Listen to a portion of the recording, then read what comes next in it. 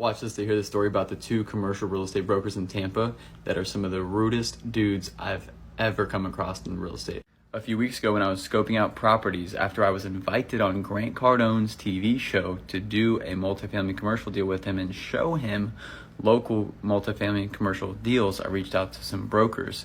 These were on paper seemed to be great deals, but I reached out to each of these brokers and they said that they want nothing to do with an amateur loser like Grant Cardone. They only want to work with real buyers that they're in negotiations with right now. These guys told me that they were in negotiations with real buyers, except 6 weeks later, 8 weeks later, 10 weeks later, their deals are still sitting on LoopNet. Followed up with them with a different buyer that's not Grant Cardone. Maybe they'll think is a real buyer, even though Grant Cardone owns 14,000 apartment units. I hit them with a new buyer saying, hey, are half the vacants still empty? Because 6 weeks ago, 8 weeks ago when we talked, half of these units were still vacant. You can see in our text here, I just asked a question about his listing for my buyer on my buyer's behalf.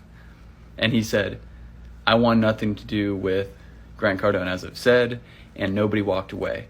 Okay, dude, that had nothing to do with what I said, because it's a completely different conversation from 2 months ago. I'm trying to ask you questions about your listing to relay the information back to my buyer to confirm if they want to buy it for $4 million or not. So, do you want to sell your properties or your listings?